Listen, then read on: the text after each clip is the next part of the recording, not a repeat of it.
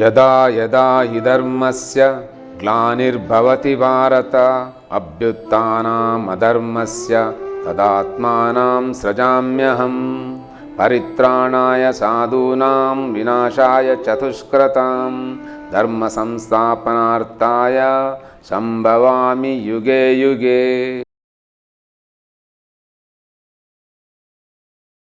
ವಾಮನ ಬಲಿಯನ್ನು ಪಾತಾಳಕ್ಕೆ ಮೆಟ್ಟುವಂಥ ಕತೆ. ಈ ಕಥೆಯಲ್ಲಿ ನಮ್ಮ ಶರೀರ ಸುತ್ತ ಲಿಂಗ ಶರೀರ ಇದೆ.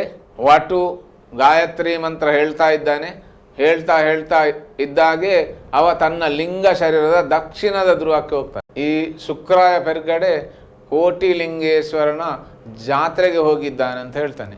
ಹೀಗೆ ಅಂತ ಹೇಳಿದ್ರೆ ಕೇರಳದ ಭಾಗದಲ್ಲಿ ದೇವರ ನಾಡು ಅಂತ, ನಮ್ಮದಿದು ಭೂತಗಳ ನಾಡು. ಇಂಥ ಭೂತದ ಸೃಷ್ಟಿಯ ಹಿಂದೆ ಭಾರತೀಯ ಸನಾತನಿ ಹಿಂದೂ ಧರ್ಮದ ಎಲ್ಲ ಸಹೃದಯ ಬಂಧುಗಳಿಗೆ ಆಧ್ಯಾತ್ಮ ಚಿಂತನಾ ರಹಸ್ಯ ಸರಣಿಗೆ ಸ್ವಾಗತ. ಇನ್ನು ಈ ಬಾರ್ಕೂರಿನ ದೇವಸೇನ, ಜಯಸೇನ ಇವರೆಲ್ಲೂ ಜೈನರು ಅಂತ ಹೇಳ್ತಾರೆ. ಈ ಜೈನರು ಅಂತ ಹೇಳಿದರೆ ಜೈನಿ ಅಂತ, ಗೆದ್ದವ ಅಂತ, ಅಂದರೆ ದೇಹ ಭಾವವನ್ನು ಯಾರು ಗೆದ್ದಿದ್ದಾನೆ ಅವ ಜೈನ ಅಂತ. ಹಾಗೆ ಇಲ್ಲಿ ಬಾಹುಬಲಿ ದೇಹ ಭಾವವನ್ನು ಗೆದ್ದು ಸಮಾಧಿ ಸ್ಥಿತಿಯಲ್ಲಿ ನಿಲ್ಲುವುದು, ಗೋಮಟೇಶ್ವರನಾಗಿ ನಿಲ್ಲುವುದು. ಹಾಗೆ ಅವನ ಲಿಂಗ ಶರೀರ ಅನ್ನುವಂಥ ಯಾವ ಲಿಂಗ ಶರೀರ ಉಂಟು ಅಲ್ಲಿ ಇವ ಭರತ ಅಂತ. ಸೊ ಅಣ್ಣ ಲಿಂಗ ಶರೀರ, ತಮ್ಮ ಶರೀರ. ಈ ಶರೀರವನ್ನು ಬಾಹುಬಲಿ ಅಂತ ಹೇಳಿದರೆ ರುದ್ರ ಮಂತ್ರದಲ್ಲಿ ಹೇಳ್ತೇವೆ, ಬಾಹುರ್ಭ್ಯೋ ಇಂದ್ರ ತಿಷ್ಠತು, ಬಾಹುಗಳಲ್ಲಿ ಇಂದ್ರ ನಿಲ್ಲಿ. ಅಂಗನ್ಯಾಸದಲ್ಲಿ ಹೇಳ್ತದೆ ಬಾಹುರ್ಭ್ಯೋ ಇಂದ್ರ ತಿಷ್ಠತು. ಇಂದ್ರ ಅಂತ ಹೇಳಿದರೆ ಇಂದ್ರಿಯಗಳು ಯಾವುದರ ಮುಖಾಂತರ ಕಾರ್ಯಾಚರಿಸ್ತದೆ ಅದು ಮನಸ್ಸು.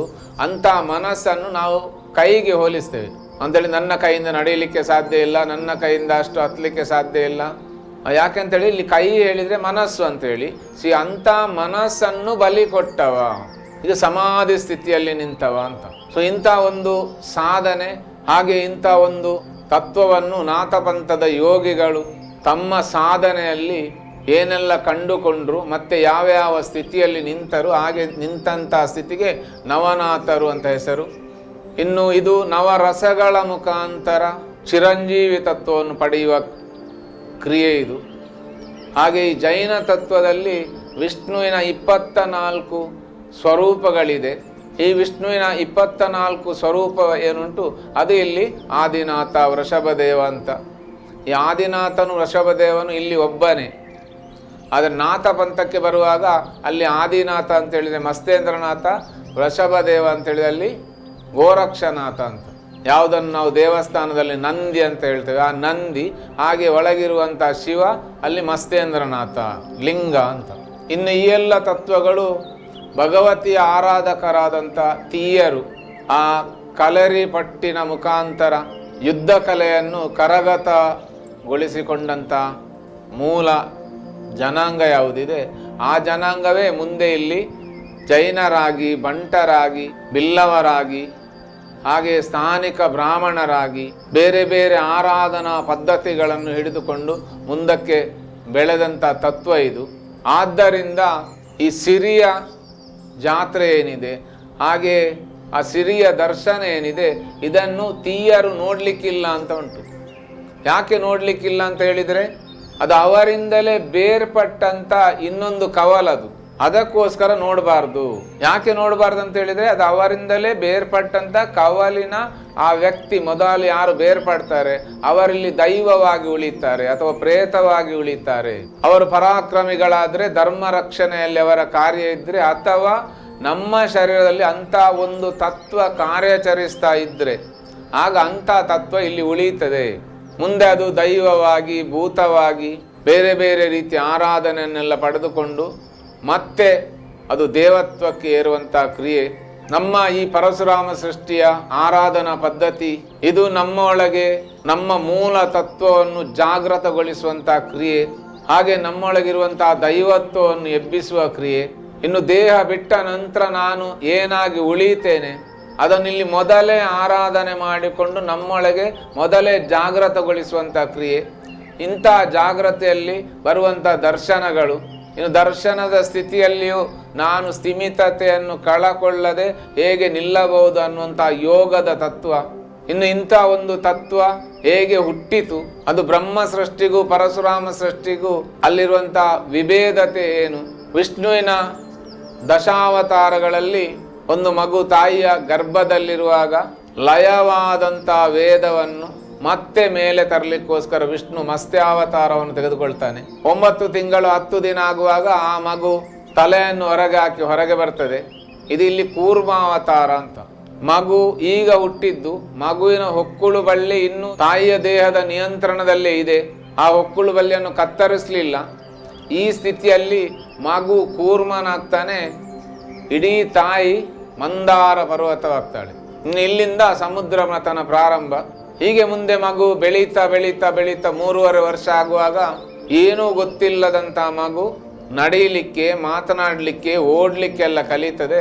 ಅಂತೇಳಿದರೆ ದಾರಿ ತಪ್ಪಿದ ಭೂಮಿಯನ್ನು ಮತ್ತೆ ದಾರಿಗೆ ತಂದ ಅಂತ. ಯಾರು? ವರಾಹಿ. ಇನ್ನು ಈ ವರಾಹಿ ದಾರಿಗೆ ತರುವುದಕ್ಕಿಂತ ಮೊದಲು ಅಲ್ಲಿ ಹಿರಣ್ಯಾಕ್ಷನನ್ನು ಕೊಂದಿದ್ದಾನೆ. ಇನ್ನು ಮಗು ಹುಟ್ಟುವ ಹೊತ್ತಿಗೆ ಅಲ್ಲಿ ದೇವದಾನವರ ಸಮುದ್ರ ಮಥನ ನಡೆದಿದೆ.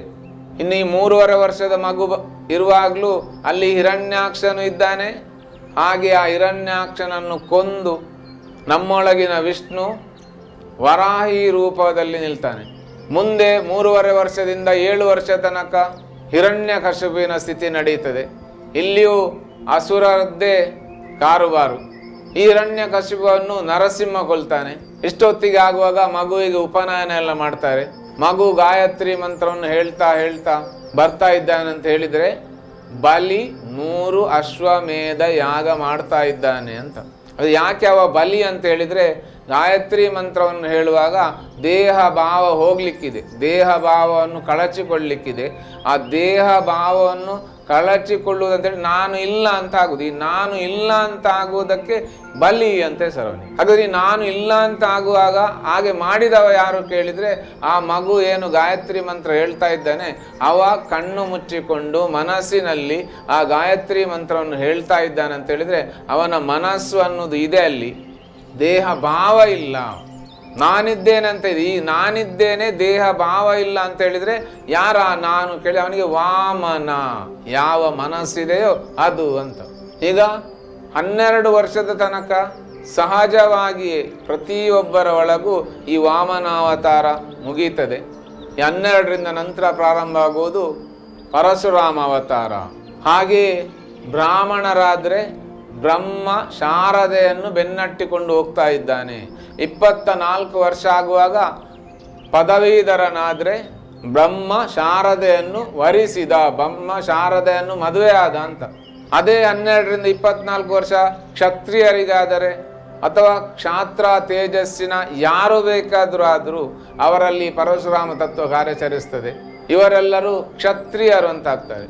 ಈಗ ಈ ಕ್ಷತ್ರಿಯರು ಅನ್ನುವಂಥ ಏನು ಸ್ಥಿತಿ ಇದೆ ಇದಕ್ಕೆ ಗುರು ಪರಶುರಾಮ. ಯಾಕೆ ಪರಶುರಾಮ ಅಂತೇಳಿ, ಪರಶುರಾಮ ಕ್ಷತ್ರಿಯರಿಗೆ ವಿದ್ಯೆ ಕಲಿಸುವುದಿಲ್ಲ ಅಂತ ಹೇಳಿದವ. ಹಾಗಾದ್ರೆ ಇಲ್ಲಿ ಹೇಗೆ ಕಲಿಸಿದ ಅಂತ ಕೇಳಿದರೆ, ಇವರು ಹಿಂದೆ ಬ್ರಾಹ್ಮಣರೇ. ಆ ಬ್ರಾಹ್ಮಣರಾದ್ದಕ್ಕೆ ಅವರಿಗೆ ಈ ಕಲೇರಿ ಫೈಟ್ ಅನ್ನುವಂಥ ವಿದ್ಯೆಯನ್ನು ಪರಶುರಾಮ ಗಣಪತಿಯಿಂದ ಕಲಿತುಕೊಂಡು ಬಂದಂಥ ವಿದ್ಯೆ, ಪರಶು ವಿದ್ಯೆ ಅಲ್ಲ. ಹಾಗೆಯೇ ಇಲ್ಲಿರುವಂತಹ ತೀಯರು ಬ್ರಾಹ್ಮಣರೇ ಆಗಿದ್ದರಿಂದ ಅವರಿಗೆ ಕಲಿಸಿದ. ಇಲ್ಲಿ ಕಲಿಸುವಾಗ ಇನ್ನು 2 ವಿದ್ಯೆಗಳು, ಒಂದು ಶಸ್ತ್ರವಿದ್ಯೆ ಮತ್ತೊಂದು ಶಾಸ್ತ್ರವಿದ್ಯೆ. ಇಂಥ ಶಸ್ತ್ರವಿದ್ಯೆ ಮತ್ತು ಶಾಸ್ತ್ರವಿದ್ಯೆ ಏನಿದೆ ಇದು ಮುಂದೆ ಪರಶುರಾಮನ ನಂತರ ಪರಶುರಾಮನ ಶಿಷ್ಯ ಸುಮೇಧ ಮುನಿ, ಸುಮೇಧ ಮುನಿಯಿಂದ ಸುರತ ಮತ್ತು ಸಮಾಧಿ, ಹೀಗೆ ಆ ಸುರತ ಮತ್ತು ಸಮಾಧಿಯ ಈ 2 ತತ್ವಗಳೇನುಂಟು ಅದು ಇಲ್ಲಿ ಇವತ್ತು ನಾವೆಲ್ಲ ಆರಾಧನಾ ಪದ್ಧತಿ ಏನುಂಟು ಅದರ ಹಿಂದೆ ಇರುವಂಥ ಮೂಲ ತತ್ವ. ಒಂದು ಸಮಾಧಿ ಸ್ಥಿತಿಯಲ್ಲಿರುವಂಥ ನನ್ನ ಶರೀರ, ಈಗ ಇದು ಎಚ್ಚರ ಸ್ಥಿತಿ ಇದಲ್ಲ, ಇದರ ಒಳಗೆ ಸಮಾಧಿ ಸ್ಥಿತಿ ಅಂತ ಒಂದು ಸ್ಥಿತಿ ಇದೆ. ಹಾಗೆ ಇಲ್ಲೊಂದು ಲಿಂಗ ಶರೀರ ಅಂತ ತಿರುಗ್ತಾ ಇದೆ. ಆ ಲಿಂಗ ಶರೀರಕ್ಕೆ ಸುರತ ಮಹಾರಾಜ ಅಂತ ಹೆಸರು. ಇನ್ನು ಈ ಲಿಂಗ ಶರೀರ ಮತ್ತೆ ಈ ಭೌತ ಶರೀರ ಇದು ಹೇಗೆ ಕಾರ್ಯಾಚರಿಸ್ತದೆ, ಇನ್ನು ಇದಕ್ಕೆ ಶಾಸ್ತ್ರವಿದ್ಯೆಯಿಂದ ಯಾರಿಗೆ ಕಲಿಸಬೇಕು, ಹಾಗೆ ಶಸ್ತ್ರವಿದ್ಯೆಯನ್ನು ಯಾರಿಗೆ ಕಲಿಸಬೇಕು, ಇಂಥ ತತ್ವವನ್ನು ಕೊಟ್ಟವ ಪರಶುರಾಮ. ಈ ಪರಶುರಾಮ ತನ್ನ ಶಿಷ್ಯನ ಮೂಲಕ ಸುಮೇಧುವಿನ ಮೂಲಕ ಈ ವಿದ್ಯೆಯನ್ನು ಪ್ರಚಾರಪಡಿಸಿದ. ಇನ್ನು 12 ವರ್ಷ ಆಗುವಾಗ ವಾಮನ ಬಲಿಯನ್ನು ಪಾತಾಳಕ್ಕೆ ಮೆಟ್ಟುವಂಥ ಕತೆ. ಈ ಕಥೆಯಲ್ಲಿ ನಮ್ಮ ಶರೀರ ಸುತ್ತ ಲಿಂಗ ಶರೀರ ಇದೆ. ವಟು ಗಾಯತ್ರಿ ಮಂತ್ರ ಹೇಳ್ತಾ ಇದ್ದಾನೆ. ಹೇಳ್ತಾ ಇದ್ದಾಗೆ ಅವ ತನ್ನ ಲಿಂಗ ಶರೀರದ ದಕ್ಷಿಣದ ಧ್ರುವಕ್ಕೆ ಹೋಗ್ತಾನೆ, ಅಥವಾ ದಕ್ಷಿಣದ ಧ್ರುವವನ್ನು ಕಾಣ್ತಾನೆ. ಈ ದಕ್ಷಿಣದ ಧ್ರುವವನ್ನು ಕಾಣುವಂಥ ಯಾವ ಸ್ಥಿತಿ ಇದೆ, ಆ ಹೊತ್ತಿಗೆ ಅವ ಎಚ್ಚರ ಸ್ಥಿತಿಯಲ್ಲಿ ಇರುವುದಿಲ್ಲ. ಎಚ್ಚರ ಸ್ಥಿತಿಯಲ್ಲಿ ಹಿಂದೆ ಯಾರು ಇದ್ದ ಅವ ಈಗ ಇಲ್ಲಿ ಬಲಿಯಾದ ಅಂತ ಹೇಳಿದ್ರೆ ಅಲ್ಲಿ ದಕ್ಷಿಣದ ಧ್ರುವದಲ್ಲಿ ಹೋಗಿ ನಿಂತ. ಈಗ ನಾನು ಪುನಃ ಕಣ್ಣು ಬಿಡುವಾಗ ನಾನೀಗ ಲಿಂಗ ಶರೀರಿ ಆಗಿದ್ದೇನೆ ಅನ್ನುವಂಥ ಭಾವ ನನ್ನಲ್ಲಿರ್ತದೆ. ಅಂತಹ ಸ್ಥಿತಿ ನನ್ನಲ್ಲಿ ಜಾಗೃತಗೊಂಡಿರ್ತದೆ. ಇಂತಹ ಸ್ಥಿತಿಯಲ್ಲಿ ಆ ಲಿಂಗ ಶರೀರದಲ್ಲಿ ಕಾರ್ಯಾಚರಿಸುವ ಯಾರಿದ್ದಾನೆ ಅವನಿಗೆ ಪರಶುರಾಮ ಅಂತ ಹೆಸರು. ಈ ಪರಶುರಾಮ ತತ್ವ ಲಿಂಗ ಶರೀರದಲ್ಲಿರುವಂಥ ವಿದ್ಯುತ್ಕಾಂತೀಯ ತರಂಗ, ಅದು ಚಿರಂಜೀವಿ ತತ್ವ. ಹಾಗೆ ಇಲ್ಲಿ ದಕ್ಷಿಣಕ್ಕೆ ಯಾರು ತುಳಿಯಲ್ಪಟ್ನೋ ಹಾಗೆ ತುಳಿಯಲ್ಪಟ್ಟಂಥ ಬಲಿ ಅವನು ಚಿರಂಜೀವಿ ತತ್ವದವ. ಇನ್ನು ಆ ದಕ್ಷಿಣದಿಂದ ಉತ್ತರಕ್ಕೆ ವಿದ್ಯುತ್ಕಾಂತೀಯ ತರಂಗ ಮೇಲಕ್ಕೆ ಹರಿಯುತ್ತದೆ. ಅದರ ಮಧ್ಯದಲ್ಲಿ ನಮ್ಮ ಪಾದದ ಕೆಳಗೆ ವಿಷ್ಣು ಬಲಿಯ ದ್ವಾರಪಾಲಕನಾಗಿ ಅಲ್ಲಿ ನಿಂತಿದ್ದಾನೆ ಅಂತ. ಅಲ್ಲಿ ಅವ ಆದಿಶೇಷನ ಮೇಲೆ ಪವಡಿಸಿದ್ದಾನೆ. ಅವನ ಹೊಕ್ಕುಳಿನಿಂದ ಒಂದು ತಾವರೆ ಮೇಲೆ ಕಾಣ್ತಾ ಉಂಟು. ಆ ತಾವರೆಯಲ್ಲಿ ಈ ಶರೀರ ಇದೆ ಅಂತ ಹೇಳಿದ್ರೆ ಬ್ರಹ್ಮ ಇದ್ದಾನೆ. ಇನ್ನು ಇದೆಲ್ಲವೂ ಯೋಗದ ತತ್ವಗಳೇ. ಇನ್ನು ಇಲ್ಲಿ ನಮ್ಮ ಆಚರಣೆಯಲ್ಲಿ ಹೇಗೆ, ಬಲಿಯಲ್ಲಿ ದಾನ ಕೇಳಲಿಕ್ಕೆ ಅಂತ ಹೇಳಿ ಬ್ರಾಹ್ಮಣ ವಟುಗಳು ಬರ್ತಾರೆ. ಆಗ ಬಲಿ ದಾನ ನಾನು ಕೊಡ್ತೇನೆ ಅಂತ ಮಾತು ಕೊಡ್ತಾನೆ, ಆದರೆ ಇವತ್ತು ಕೊಡುವುದಿಲ್ಲ. ಯಾಕಂತೇಳಿ ಇವತ್ತು ನನ್ನ ಗುರುಗಳಿಲ್ಲಿ ಇಲ್ಲ, ನಾಳೆ ಅವರು ಬರ್ತಾರೆ, ನೀವು ನಾಳೆ ಬನ್ನಿ ಅಂತ ಕಳಿಸಿಕೊಡ್ತಾನೆ ಅಂತ. ಹಾಗೆ ಈ ಗುರುಗಳು ಯಾರು ಅಂತ ಕೇಳಿದರೆ ನಮಗೆ ಗೊತ್ತುಂಟು, ಪುರಾಣದಲ್ಲಿ ಶುಕ್ರಾಚಾರ್ಯರು ಅಂತ. ಇನ್ನು ಇಲ್ಲಿ ಅದಕ್ಕೆ ಶುಕ್ರಾಯ ಪೆರ್ಗಡೆ ಅಂತ ಹೆಸರು. ಇನ್ನು ಆ ಶುಕ್ರಾಯ ಪೆರ್ಗಡೆ ಅಂತ ಬರಬೇಕಿದ್ರೆ ಇಲ್ಲಿ ಪುನಃ ಆ ಜೈನ ತತ್ವದ ಉಗಮದ ಕಥೆ ಏನೋ ಇದೆ ಇಲ್ಲಿ. ಯಾಕಂದ್ರೆ ಅಲ್ಲಿ ಪೆರ್ಗಡೆ ಅಂತ ಹೇಳಿದ್ರೆ ಅವ ಗುರು ಸ್ಥಾನದಲ್ಲಿರುವವ ಅಂತ. ಈ ಶುಕ್ರಾಯ ಪೆರ್ಗಡೆ ಕೋಟಿಲಿಂಗೇಶ್ವರನ ಜಾತ್ರೆಗೆ ಹೋಗಿದ್ದಾನೆ ಅಂತ ಹೇಳ್ತಾನೆ. ಹೀಗೆ ಆ ವಟುಗಳು ಹಿಂದಕ್ಕೆ ಹೋಗ್ತಾರೆ. ಸಂಜೆ ಆಗುವಾಗ ಶುಕ್ರಾಯ ಪೆರ್ಗಡೆ ಬರ್ತಾನೆ. ಆಗ ಗುರುವಿನ ಹತ್ರ ಬಲಿ ಹೇಳ್ತಾನೆ, ಯಾರೋ 3 ಜನ ಬಂದಿದ್ರು, ಅವರು ದಾನ ಕೇಳಿದ್ರು. ಆಗ ದಾನ ನಾನು ಕೊಡ್ತೇನೆ ಅಂತ ಹೇಳಿದೆ. ಅಯ್ಯೋ, ನೀನು ದಾನ ಕೊಡ್ತೇನೆ ಅಂತ ಹೇಳಿದ್ಯಾ? ಅವರು ಮೋಸಗಾರರು. ಹೌದು, ಅವರು 3 ಹೆಜ್ಜೆ ಜಾಗ ಕೇಳಿದ್ದಾರೆ, ನೀವು ಬಂದ ನಂತರ ಕೊಡ್ತೇನೆ ಅಂತ ಹೇಳಿದ್ದೇನೆ ಅಂತ ಹೇಳಿದ್ದಕ್ಕೆ ಈಗ ಏನು ಮಾಡ್ತಾರೆ, ಈ ಶುಕ್ರಾಯ ಪೆರ್ಗಡೆ ಬಲಿಯನ್ನು 7 ಕಡಲಿನ ಮಧ್ಯೆ ಇರುವಂಥ ದ್ವೀಪದಲ್ಲಿ 7 ಕಲ್ಲಿನ ಕೋಟೆಗಳು, ಇನ್ನು ಅದರ ಸುತ್ತ 7 ಕಂಚಿನ ಕೋಟೆಗಳು, ಇದರ ಮಧ್ಯೆಯಲ್ಲಿ ಬಲಿಯನ್ನು ಅಡಗಿಸಿಡ್ತಾರೆ. ಮರುದಿನ ಈ ವಟುಗಳು ಬರುವಾಗ ಇಲ್ಲಿ ಬಲಿ ಇಲ್ಲ. ಬಲಿಯನ್ನು 3 ಬಾರಿ ಕರೀತಾರೆ. ಹೇಳ್ತಾರೆ, 3 ಬಾರಿ ಕರೆದರೂ 1 ಬಾರಿಯೂ ನೀನು ಹೋಗೊಡ್ಲಿಲ್ಲ. ನಿನ್ನೆ 1 ಬಾರಿ ಕರೆದಾಗ ಹಲವು ಬಾರಿ ಹೋಗೊಟ್ಟೆ ನೀನು ಅಂತ. ಆಗ ಇಲ್ಲಿ ಬಲಿ ಇಲ್ಲದೇ ಇರುವುದನ್ನು ಕಂಡು ಈ ವಾಮನ ರೂಪಿ ವಟುಗಳು ಆ 7 ಸಮುದ್ರದ ಮಧ್ಯೆ ಇರುವಂಥ ದ್ವೀಪಕ್ಕೆ ಹೋಗಿ ಅಲ್ಲಿ 7 ಕಂಚಿನ ಕೋಟೆ ದಾಟಿ 7 ಕಲ್ಲಿನ ಕೋಟೆ ದಾಟಿ ಮಧ್ಯದಲ್ಲಿರುವಂಥ ಬಲಿಯನ್ನು ಕರೆದುಕೊಂಡು ಮತ್ತೆ ಬರ್ತಾರೆ. ಮುಂದೆ ಬಲಿ ಹತ್ರ ದಾನ ಪಡೆದುಕೊಳ್ಳುವುದು ಕಮಂಡಲದಲ್ಲಿ ನೀರು ಅರ್ಘ್ಯ ಕೊಡುವಾಗ ಕಮಂಡಲದಲ್ಲಿ ಆ ದಾನವನ್ನು ಕೊಡುವ ಹೊತ್ತಿಗೆ ಆ ಕಮಂಡಲದಲ್ಲಿ ಶುಕ್ರಾಚಾರ್ಯ ನಿಲ್ಲುವುದು, ದರ್ಬೆಯಿಂದ ವಾಮನ ಕುತ್ತುವುದು, ಶುಕ್ರಾಚಾರ್ಯನ ಒಂದು ಕಣ್ಣು ಹೋಗುವುದು, ಇದೆಲ್ಲ ನಿಮಗೆ ಕತೆ ಗೊತ್ತಿರುವಂಥದ್ದು. ಇನ್ನೊಂದು ಕಾಲನ್ನು ಭೂಮಿಗಿಟ್ಟ, ಇನ್ನೊಂದು ಕಾಲನ್ನು ಆಕಾಶಕ್ಕಿಟ್ಟ, 3ನೆಯ ಕಾಲನ್ನು ನನ್ನ ತಲೆಯ ಮೇಲೆ ಇಡ ಅಂತ ಹೇಳ್ತಾನೆ. ಆಗ ನಾನು ಅನ್ನುವಂಥ ಯಾವ ಭಾವ ಉಂಟು ಆ ಭಾವವನ್ನು ವಾಮನ ಅನ್ನುವಂಥ ನನ್ನ ಮನಸ್ಸು ಪಾತಾಳಕ್ಕೆ ಮೆಟ್ತದೆ. ಈ ಪಾತಾಳಕ್ಕೆ ಮೆಟ್ಟಿ ಅದು ದಕ್ಷಿಣ ಧ್ರುವದಲ್ಲಿರ್ತದೆ. ಇದು ಈಗ ಇಲ್ಲಿಂದ ತುಂಬ ತತ್ವಗಳು ಇಲ್ಲಿಂದ ಹುಟ್ಟುತ್ತದೆ, ತುಂಬ ಧರ್ಮಗಳು ಇಲ್ಲಿಂದ ಹುಟ್ಟುತ್ತದೆ. ಧರ್ಮ ಇರುವುದು ಒಂದೇ, ಭಾರತೀಯ ಸನಾತನಿ ಹಿಂದೂ ಧರ್ಮ. ಉಳಿದದ್ದೆಲ್ಲವೂ ಜಾತಿಗಳು. ಇನ್ನು ಜಾತಿಗಳಲ್ಲಿ ಉಪಜಾತಿಗಳು, ಇನ್ನು ಜಾತಿಗಳು ಉಪಜಾತಿಗಳು, ಹಾಗೆ ಈ ಧರ್ಮ ಎಲ್ಲರ ಒಳಗೆ ಕಾರ್ಯಾಚರಿಸ್ತಾ ಇದೆ. ಇನ್ನು ನಂಬುವುದು ಮತ್ತೆ ನಂಬದೇ ಇರುವುದಂತ, ಅಂದರೆ ಆಸ್ತಿಕ ನಾ ಆಸ್ತಿಕ, ಅಂದರೆ ಆಸ್ತಿ ಇಲ್ಲ ಅಂತ ಹೇಳುವ ಒಂದು ನಾಸ್ತಿಕ. ಇನ್ನು ನಮ್ಮ ಈ ಶರೀರ 7 ಧಾತುಗಳಿಂದಾಗಿದೆ. ಈ 7 ಧಾತುಗಳಿಂದಾದಂಥ ಈ ಶರೀರ ಏನುಂಟು ಇದು 7 ಕಲ್ಲಿನ ಕೋಟೆ. ಇನ್ನು ಅದರ ಮಧ್ಯದಲ್ಲಿ ಇಲ್ಲಿ ಸುಷುಮ್ನ ನಾಡಿ ಅಂತ ಇದೆ. ಈ ಸುಷುಮ್ನ ನಾಡಿಯಲ್ಲಿ ಅವ ಬಲಿಯನ್ನು ಅಡಗಿಸಿಟ್ಟಿದ್ದಾನೆ. ಯಾರು? ಶುಕ್ರಾಯ ಪೆರ್ಗಡೆ. ಹಾಗೆ ಈ ಶರೀರದ ಸುತ್ತ ಪುನಃ 7 ಕೋಟೆಗಳಿದೆ. ಅದು ಕಂಚಿನ ಕೋಟೆ. ಕಂಚಿನ ಕೋಟೆ ಅಂತ ಹೇಳಿದ್ರೆ ಕಮ್ ಅನ್ನುವಂಥ ಆಕಾಶದಲ್ಲಿ ಚಾ ಅಂತ ಇರುವಂಥದ್ದು, ಅಂದ್ರೆ ಅದು ಸೂಕ್ಷ್ಮ ಶರೀರ ಅಂತ. ಹಾಗೆ ಒಂದು ಕಾಲನ್ನು ಮೂಲಾಧಾರದಲ್ಲಿಟ್ಟ ಅಂತ ಹೇಳಿದ್ರೆ ಭೂಮಿಯ ಮೇಲೆ ಇಟ್ಟ ಅಂತ, ಇನ್ನೊಂದು ಕಾಲನ್ನು ಲಿಂಗದ ಉತ್ತರ ಧ್ರುವಕ್ಕಿಟ್ಟ, ಇನ್ನೊಂದು ಕಾಲನ್ನು ಬಲಿಯನ್ನು ಪಾತಾಳಕ್ಕೆ ಮೆಟ್ಟುತ್ತಾ ಅದು ದಕ್ಷಿಣ ಧ್ರುವಕ್ಕಿಟ್ಟ. ಹೀಗೆ ಯೋಗದ ಕ್ರಿಯೆಯಲ್ಲಿ ಒಂದು ಶರೀರ ಹೇಗೆ ಕಾರ್ಯಾಚರಿಸ್ತದೆ, ಅದರಲ್ಲಿ ಯಾವ ಯಾವ ತತ್ವಗಳು ಅಡಕವಾಗಿದೆ, ಇದೆಲ್ಲವನ್ನು ನಮ್ಮ ಹಿರಿಯರು ತಿಳಿದುಕೊಂಡಿದ್ರು. ಎಷ್ಟೋ 1000 ವರ್ಷಗಳ ಹಿಂದೆ ಕೊಟ್ಟಂಥ ಈ ತತ್ವ ಇನ್ನೂ ನಮ್ಮ ಒಳಗೆ ಜಾಗೃತಗೊಳ್ಳಿಲ್ಲ. ನಾವಿದನ್ನು ಕಲೀಲಿಲ್ಲ, ತಿಳಿಲಿಲ್ಲ, ಅರಿಯಲಿಲ್ಲ. ಇದು ನಮ್ಮೊಳಗೆ ಆಗಬೇಕಾದಂಥ ಯೋಗದ ಕ್ರಿಯೆ ಇದು. ಅಂದರೆ 2100 ವರ್ಷಗಳ ಹಿಂದೆ ಯಾವ ತತ್ವ ಪ್ರಾರಂಭವಾಯಿತು, ಆ ತತ್ವ ಬರುವವರೆಗೆ ಇಲ್ಲಿ ಅಸುರರ ಸ್ಥಿತಿ ಇತ್ತು ಅಂತ. ಹೇಗೆ ಪ್ರತಿಯೊಂದು ಮಗುವಿಗೆ 12 ವರ್ಷದ ತನಕ ಅಸುರತ್ವದ ಸ್ಥಿತಿ ಇರ್ತದೆ. ಯಾಕಂತ ಹೇಳಿದರೆ ಅವ ಎಚ್ಚರದ ಸ್ಥಿತಿಯವನೇ ಬೆಳೀತಾ ಬರುವುದು. 12 ವರ್ಷ ಆಗುವಾಗ ಆ ಎಚ್ಚರದ ಸ್ಥಿತಿ ಅಂತ ಏನುಂಟು ಅದು ಜಾಗೃತಾವಸ್ಥೆ ಅಂತ ಕರೆದುಕೊಳ್ತದೆ. ಇನ್ನು ಇಲ್ಲಿಯ ತನಕ ನಾನು ಬೆಳೆದುಕೊಂಡು ಬಂದಂಥ ಸ್ಥಿತಿ ಅದು ಸ್ವಪ್ನ, ಸುಷುಪ್ತಿ, ತುರಿಯ ಅಂತ, ಅದು ಒಳಗೆ ಇಳೀತದೆ. ಹಾಗೆ ಒಳಗೆ ಉಳಿದು ಹೋದಂತಹ ಸ್ಥಿತಿ ಅದು ದೇವತೆಗಳದ್ದು, ಹೊರಗೆ ಇರುವಂಥದ್ದು ಏನುಂಟು ಅದು ಅಸುರರದ್ದು. ಈಗ 12 ವರ್ಷ ಆಗುವಾಗ ಒಳಗಿರುವಂಥ ಆ ದೇವತ್ವದ ಕ್ರಿಯೆ ಪ್ರಾರಂಭ ಆಯಿತು. ಪರಶುರಾಮ ಅಧಮ ಕ್ಷತ್ರಿಯರನ್ನು ಕೊಂದ. ಹಾಗೆ ಒಳಗಿರುವಂಥ ಈ ಬ್ರಹ್ಮ ಜ್ಞಾನವನ್ನು ಕಲಿತ ಪದವೀಧರನಾದ. ಇನ್ನು ನಮಗೆ ಈ ಶರೀರವನ್ನು ಹೇಗೆ ಕೊಂಡೋಗಬೇಕು, ಹೇಗೆ ಬದುಕಬೇಕು ಅಂತ ಇದರ ಒಳಗೆ ಆ ಮಾಹಿತಿಗಳೆಲ್ಲ ಇದೆ, ಕಾರ್ಯಾಚರಿಸ್ತಾ ಇದೆ. ಮುಂದೆ 24ರಿಂದ 45 ವರ್ಷದ ತನಕ ರಾಮಾಯಣ, 45ರಿಂದ 60ರವರೆಗೆ ಮಹಾಭಾರತ, 60ರಿಂದ 75ರವರೆಗೆ ಬೌದ್ಧಾವತಾರ, ಇನ್ನು 75ರ ನಂತರ ಕಲ್ಕಿ ಅವತಾರ ಅಂತ. ಈ ಎಲ್ಲ ಅವತಾರಗಳು ಹೋದರೂ ಪರಶುರಾಮ ಅವತಾರ ಒಂದು ಇಲ್ಲಿಯೇ ಉಳಿಯುವಂಥದ್ದು. ಯಾಕಂತೇಳಿದ್ರೆ ಅದು ಚಿರಂಜೀವಿ ಅವತಾರ.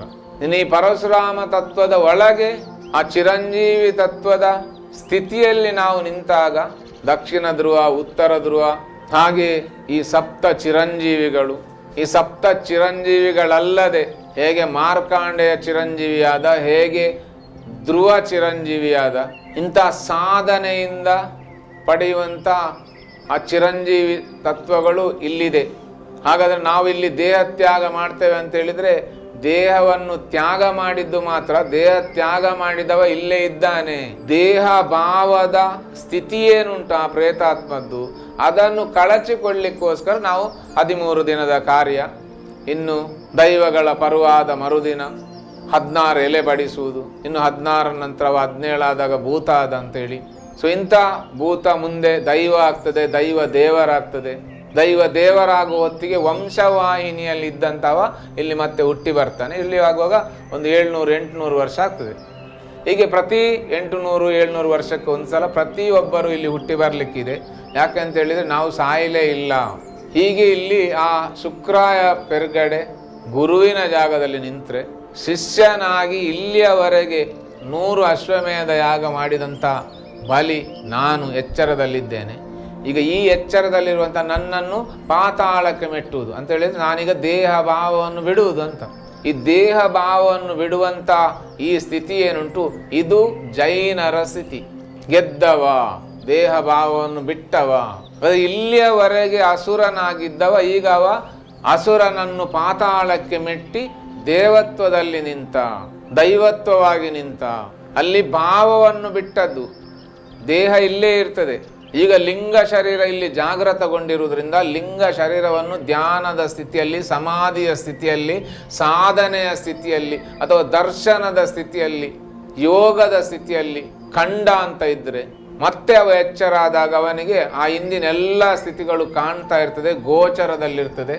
ಆಗ ಅದೇ ಸ್ಥಿತಿಯನ್ನು ಅವ ಎಚ್ಚರದಲ್ಲಿ ಅನುಭವಿಸ್ತಾ ಇರ್ತಾನೆ. ಆಗ ಇಲ್ಲಿಯವರೆಗೆ ಯಾವ ಎಚ್ಚರ ಸ್ಥಿತಿ ಇತ್ತು ಆ ಎಚ್ಚರ ಸ್ಥಿತಿ ಇಲ್ಲ. ಈಗ ಇದೊಂದು ಹೊಸ ಎಚ್ಚರ ಸ್ಥಿತಿ. ಯಾಕಂದರೆ ಇಲ್ಲಿ ಶಿವ ಎದ್ದಿದ್ದಾನೆ ಅಂತ ಹೇಳಿದರೆ ಮನ್ಮಥ 5 ಬಾಣಗಳನ್ನು ಬಿಟ್ಟು 5 ಚಕ್ರಗಳನ್ನು ಜಾಗೃತ ಮಾಡಿದ್ದಾನೆ. ಆದ್ದರಿಂದ ಶಿವ ಎದ್ದಿದ್ದಾನೆ. ಇಂಥ ಸ್ಥಿತಿಯಲ್ಲಿ ನಿಲ್ಲುವಂಥ ಕ್ರಿಯೆ ಇಂಥ ಕ್ರಿಯೆ ಪ್ರತಿಯೊಬ್ಬರೊಳಗೂ ನಡೆಯುವಂಥ ಕ್ರಿಯೆ. ಇನ್ನು ಈ ಪರಶುರಾಮ ಸೃಷ್ಟಿಯಲ್ಲಿ ಅದಕ್ಕೆ ವಿಶೇಷತೆ ಬೇರೆ ಇದೆ. ಯಾಕಂತೇಳಿದರೆ ಭೂಮಿಯ ಗುರುತ್ವಾಕರ್ಷಣಾ ಶಕ್ತಿ ಹೇಗೆ ದಕ್ಷಿಣದಿಂದ ಉತ್ತರಕ್ಕೆ ಹರಿತದೆ, ಅದೇ ರೀತಿ ನಮ್ಮ ಪರಶುರಾಮ ಸೃಷ್ಟಿ ಇದ್ದಲ್ಲ. ನಮ್ಮ ಪರಶುರಾಮ ಸೃಷ್ಟಿದ್ದು ಉತ್ತರದಿಂದ ದಕ್ಷಿಣಕ್ಕೆ ಹರಿಯುತ್ತದೆ. ಆ ಉತ್ತರದಿಂದ ದಕ್ಷಿಣಕ್ಕೆ ಹರಿದಾಗ ಆ ದಕ್ಷಿಣ ಭಾಗ ನಿಜವಾಗಿಯೂ ಪರಶುರಾಮ ಸೃಷ್ಟಿಯ ಉತ್ತರ ಧ್ರುವ. ಹಾಗೆ ಪರಶುರಾಮ ಸೃಷ್ಟಿಯ ಉತ್ತರ ಧ್ರುವ ಯಾವುದು ಇದೆ ಈಗ, ಅದು ದಕ್ಷಿಣ ಧ್ರುವ. ಅದಕ್ಕೆ ಉತ್ತರದ ಭಾಗದಲ್ಲಿ ಅಂತ ಹೇಳಿದ್ರೆ ಕೇರಳದ ಭಾಗದಲ್ಲಿ ದೇವರ ನಾಡು ಅಂತ, ನಮ್ಮದಿದು ಭೂತಗಳ ನಾಡು. ಇಂಥ ಭೂತದ ಸೃಷ್ಟಿಯ ಹಿಂದೆ ಈ ಬಲಿ ಚಕ್ರವರ್ತಿಯ ಕಥೆ ಇದೆ, ಬಲಿಯ ತತ್ವ ಇದೆ.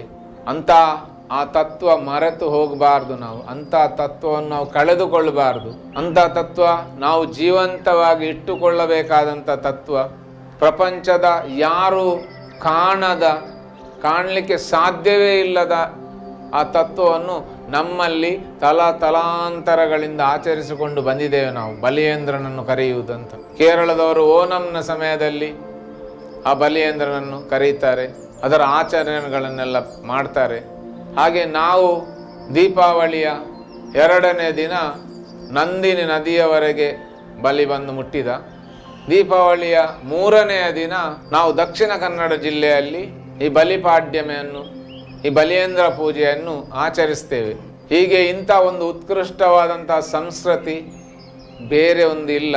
ಅದಕ್ಕೋಸ್ಕರ ಎಲ್ಲ ಬೆಳೆಯುವ ಮಕ್ಕಳು ಎಲ್ಲಿಯಾದರೂ ಬಲಿಯೇಂದ್ರ ಕರೆಯುವಂಥ ಕಾರ್ಯಕ್ರಮ ಇದ್ದರೆ ಅಲ್ಲಿ ನೀವು ಹೋಗಬೇಕು, ಪಾಲ್ಗೊಳ್ಬೇಕು. ಹಾಗೆ ಅಂಥ ಒಂದು ಆಚರಣೆಯನ್ನು ತಿಳಿದುಕೊಂಡು ಪರಶುರಾಮ ಸೃಷ್ಟಿಯಲ್ಲಿರುವಂಥ ಪ್ರತಿಯೊಬ್ಬರೂ ಇಂಥ ಆಚರಣೆಯನ್ನು ಪಾಲಿಸಿಕೊಂಡು ಬಂದರೆ ಎಲ್ಲರ ಒಳಗಿರುವಂಥ ಬಲಿಯನ್ನು ಪಾತಾಳಕ್ಕೆ ಮೆಟ್ಟುವುದಂತ ಹೇಳಿದರೆ ಏನು, ಹಾಗೆ ಮತ್ತೆ ಅವನನ್ನು ಮೇಲೆ ಕರೆಯುವುದಂತ ಹೇಳಿದರೆ ಏನು, ಇಂಥ ಯೋಗದ ತತ್ವವನ್ನು ಮಕ್ಕಳೊಳಗೆ ಜಾಗೃತಗೊಳಿಸಲಿಕ್ಕೆ ಸಾಧ್ಯ ಇದೆ. ಇಂದಿಗೂ ಹಲವು ಮನೆತನಗಳು ಬಲಿಯೇಂದ್ರ ಪೂಜೆ, ಬಲಿಯೇಂದ್ರನನ್ನು ಕರೆಯುವಂಥ ಆ ಸಂಸ್ಕೃತಿಯನ್ನು ಈಗಲೂ ಆಚರಿಸಿಕೊಂಡು ಬರ್ತಾ ಇದ್ದಾರೆ. ಆ ಸಂಸ್ಕೃತಿ ಮತ್ತೆ ವಿಜೃಂಭಿಸಲಿ. ಇನ್ನು ಯಾರೋ ಬ್ರಾಹ್ಮಣರು ಶೂದ್ರರನ್ನು ಮೆಟ್ಟಿದ್ರು, ಇದೆಲ್ಲ ಅಲ್ಲ ಕತೆ. ಅದೆಲ್ಲವೂ ಬಾಲಿಶತನದ ಕಥೆಗಳು. ಇಲ್ಲಿ ಯೋಗದ ಕಥೆ ಇದೆ ಇದರ ಹಿಂದೆ. ಇಂಥ ಬಲಿ ಪ್ರತಿಯೊಬ್ಬರ ಒಳಗೂ ಇದ್ದಾನೆ. ಇಲ್ಲಿ ಬ್ರಾಹ್ಮಣ, ಕ್ಷತ್ರಿಯ, ವೈಶ್ಯ, ಶೂದ್ರ, ಚಾಂಡಾಲ, ಸಂಕರಣ ಅನ್ನುವಂಥ ಭೇದ ಭಾವ ಬರುವುದಿಲ್ಲ. ಇಲ್ಲಿ ಎಲ್ಲರ ಒಳಗಿರುವಂಥ ಬಲಿಯ ಕಥೆ ಇದು. ಇನ್ನು ಪುರಾಣದ ಈ ಕತೆ, ವಿಷ್ಣುವಿನ ದಶಾವತಾರದ ಈ ಕಥೆ ಏನಿದೆ, ಇದು ನಮ್ಮ ಶರೀರ ಯಾವ ರೀತಿ ಕಾರ್ಯಾಚರಿಸ್ತಾ ಇದೆ ಅಂತೇಳಿದರೆ, ಈಗ ಪುರಾತೀತಿ ಇತಿ ನವಂ, ಎಷ್ಟು ಹಳೆಯದಾದರೂ ಈಗ ಹೊಸತ್ತು. ಅಂಥ ಪುರಾಣಗಳಲ್ಲಿ ಏನು ಕತೆ ಇದೆ, ಅದೆಲ್ಲ ಕತೆ ಈ ಶರೀರದ ಒಳಗೆ ಏನು ಕಾರ್ಯಾಚರಣೆ ಆಗ್ತಾ ಇದೆ, ಶರೀರ ಹೇಗೆ ಕಾರ್ಯಾಚರಿಸ್ತಾ ಇದೆ, ಇದನ್ನೆಲ್ಲವನ್ನು ವ್ಯಕ್ತಿಗಳ ಚಿತ್ರಣವನ್ನು ಕೊಟ್ಟು ನಮಗೆ ಕಲಿಸಿದ್ದಾರೆ. ನಮ್ಮೊಳಗೆ ಅಂಥ ಭಾವವನ್ನು ಸೃಷ್ಟಿಗೊಳಿಸಲಿಕ್ಕೋಸ್ಕರ ಒಂದು ಮಂತ್ರವನ್ನು ತೆಗೆದುಕೊಂಡ್ರೆ ಅಲ್ಲಿ ಶಬ್ದಾರ್ಥ, ಭಾವಾರ್ಥ, ಗೂಢಾರ್ಥ ಅಂತ 3 ರೀತಿ ಅರ್ಥ ಇದೆ. ಆದ್ದರಿಂದ ವೇದವ್ಯಾಸರು ಗಣಪತಿ ಹತ್ರ ಬರೆಯಲಿಕ್ಕೆ ಹೇಳುವಾಗ ಗಣಪತಿ ಶ್ಲೋಕ ರೂಪದಲ್ಲಿ ಬರೆದದ್ದು, ಇಲ್ಲದೆ ಕಥೆ ಬರೆಯಬಹುದಿತ್ತು. ಶ್ಲೋಕ ರೂಪದಲ್ಲಿ ಯಾಕೆ ಬರೆದ ಅಂತ ಹೇಳಿದ್ರೆ ಅಲ್ಲಿ ಶಬ್ದಾರ್ಥ, ಭಾವಾರ್ಥ, ಗೂಢಾರ್ಥವನ್ನು ಒಂದೇ ಶ್ಲೋಕದಿಂದ ನಮಗೆ ಗ್ರಹಿಸಲಿಕ್ಕೆ ಸಾಧ್ಯ ಉಂಟಂತ.